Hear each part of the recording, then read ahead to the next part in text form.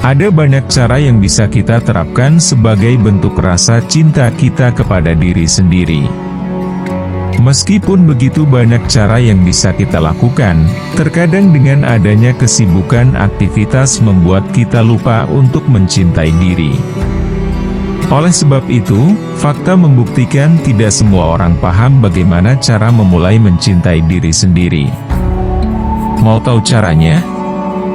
Simak video berikut sampai habis, dan jangan di-skip ya, karena ini sangat bermanfaat sebagai landasan hidup lebih bahagia.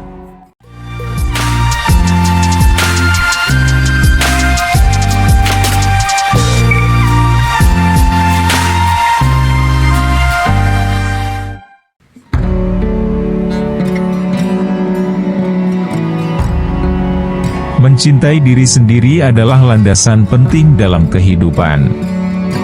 Sebelum melangkah untuk mencintai diri, kita terlebih dahulu harus memahami diri kita sendiri.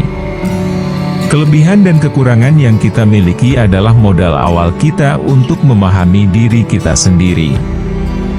Setelah memahami diri sendiri, kuncinya adalah bagaimana kita menerima apapun yang ada pada diri kita sendiri. Itulah syarat awal kita sebelum melangkah untuk sepenuhnya mencintai diri. Dengan mencintai diri sendiri, otomatis kita akan memahami bagaimana cara mencintai orang lain, mencintai makhluk hidup lainnya, mencintai lingkungan, dan yang paling penting adalah mencintai Tuhan sebagai pencipta dari alam semesta yang indah ini. Dengan mencintai diri, secara tidak langsung kita akan menghidupkan sifat Tuhan dalam diri kita yang penuh dengan cinta kasih dan anugerah. Berikut adalah langkah-langkah memulai mencintai diri. Pertama, hal yang paling utama adalah belajar mengenali dan memahami diri sendiri. Cobalah berkomunikasi dan berdamai dengan diri. Temukan berbagai jawaban yang mengganjal selama ini, seperti apa yang ingin dicapai, apa ketakutan terbesar, dan apa kekuatan yang dimiliki. Dengan demikian, kita akan memahami kekurangan dan kelebihan kita. Selanjutnya, kita bisa mengukur apa tujuan yang bisa direncanakan. Laksanakan apa yang telah direncanakan tanpa harus memikirkan kegagalan. Ini adalah sebuah langkah awal dari tahap pembelajaran bagi diri.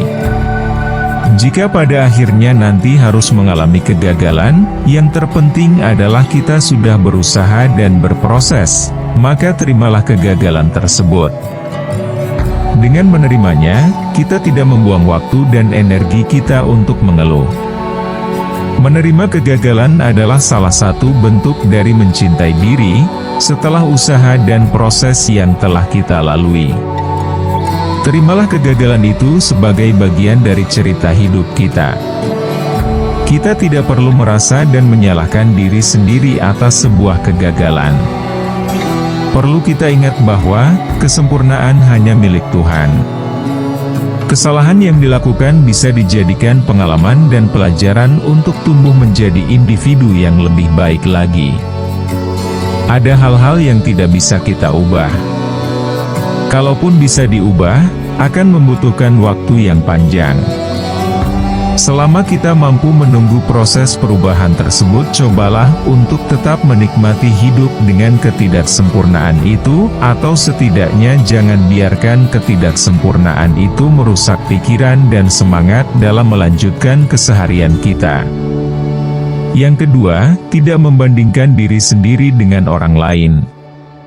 Setiap individu memiliki caranya masing-masing dalam bertindak. Jika kita membandingkan sebuah hasil sebagai patokan, itu tidak akan ada habisnya. Terus-menerus membandingkan diri dengan orang lain akan membuat diri dalam ketidakbahagiaan. Bandingkan seperlunya dan sewajarnya.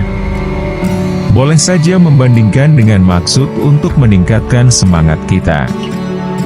Alangkah lebih baik jika kita membandingkan diri yang sekarang dengan pencapaian-pencapaian kita sebelumnya. Kita bisa memperbaiki mana yang harus kita rubah untuk kemajuan kita selanjutnya. Fokuslah mengejar mimpi dan tujuan kita. Dengan demikian kita akan merasa lebih bebas dan termotivasi menjalani hidup. Yang ketiga, jangan terlalu memikirkan penilaian dan pendapat orang lain. Jangan terlalu membebani diri dengan penilaian orang lain terhadap diri kita. Sebaiknya kita mengantisipasi segala bentuk penilaian negatif maupun positif kepada kita. Itu hanyalah segelintir lika-liku dalam mencapai tujuan kita. Lebih baik fokus bergaul dengan orang-orang yang positif dan yang tahu bagaimana melihat kelebihan yang ada di dalam diri kita dan baik untuk kesehatan mental. Dengan begitu, akan mendorong kita untuk lebih berani mengambil keputusan apapun resikonya. Yang keempat, selalu menjaga kesehatan. Menjaga kesehatan adalah bentuk dari mencintai diri. Mengatur kapan saatnya makan dan minum, serta menjaga makanan dan minuman apa yang seharusnya baik untuk diri kita. Bersahabatlah dengan diri sendiri dengan memperhatikan kebutuhan fisik, rohani, psikis, dan mental. Yang kelima, lakukanlah hal-hal positif yang membuat kita bahagia. Melakukan kegiatan positif bisa dimulai dari hobi kita. Jika hobi berkebun, kita bisa melakukan hal ini.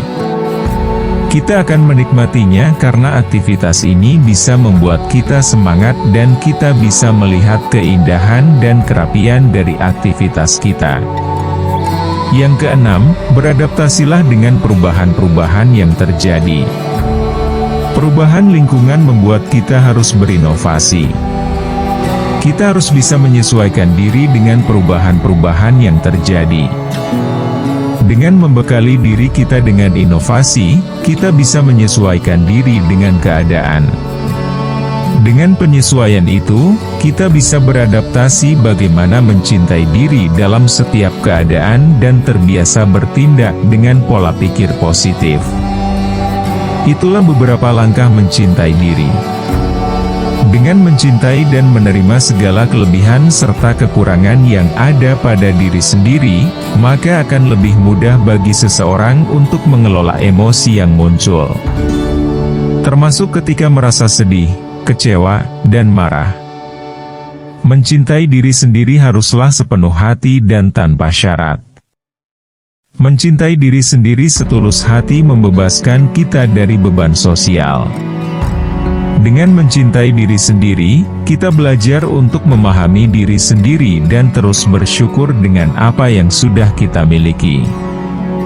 Pada akhirnya ketika kita sudah merasa nyaman dengan diri sendiri, orang-orang di sekitar kita pun ikut merasakan hal yang sama. Mereka akan nyaman berada di dekat kita, karena kita secara tidak langsung memancarkan energi positif dari dalam diri.